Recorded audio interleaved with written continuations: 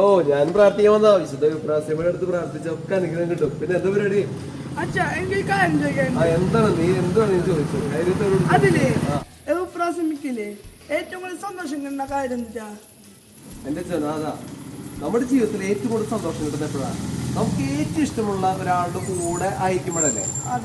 വിശുദ്ധ വിപ്രാസ്യമയുടെ ജീവിതത്തിൽ ഏറ്റവും കൂടുതൽ സന്തോഷം കിട്ടുന്നത്, ഏറ്റവും കൂടുതൽ സന്തോഷം അനുഭവിച്ചിട്ടുള്ളത് വിശുദ്ധ കുർബാനയെ സ്നേഹിച്ചപ്പോഴും വിശുദ്ധ കുർബാന സ്വീകരണം നടത്തിയപ്പോഴും ദിവ്യകാരുണ്യ ആരാധനയിൽ പങ്കെടുത്തപ്പോഴാണ്. അപ്പോഴാണ് വിശുദ്ധ കുർബാനയെ ആ സ്നേഹിച്ച നിമിഷം മുഴുവനും എപ്രാസ്യമയുടെ ജീവിതത്തിനുണ്ടല്ലോ ഭയങ്കരമായ ശക്തിയായിരുന്നു. എൻ്റെ ജനാഥ, ഒരു കാര്യം പറയാം, നമ്മളൊക്കെ ഉണ്ടല്ലോ വിശുദ്ധ എപ്രാസ്യമയെ അനുകരിച്ചുകൊണ്ട് വിശുദ്ധ കുർബാനയെ വളരെയധികം സ്നേഹിച്ചാണ്ടല്ലോ നമുക്ക് സന്തോഷം കിട്ടുന്നത്. ട്രൈ ചെയ്യ്, ഞാൻ പ്രാർത്ഥിക്കാം കേട്ടാ. നമ്മുടെ വിശുദ്ധ എപ്രാസ്യമയുടെ 148-ാം ജന്മദിന തിരുനാൾ 2025 ഒക്ടോബർ 8 മുതൽ 17 വരെ.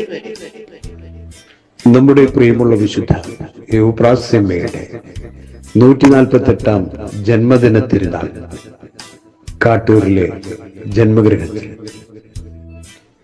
2025 ഒക്ടോബർ 8 മുതൽ 17 വരെ. പ്രാർത്ഥനയോടെ സ്നേഹപൂർവം ഏവർക്കും സ്വാഗതം. പ്രാർത്ഥനയോടെ ഹൃദയപൂർവ്വം സ്വാഗതം.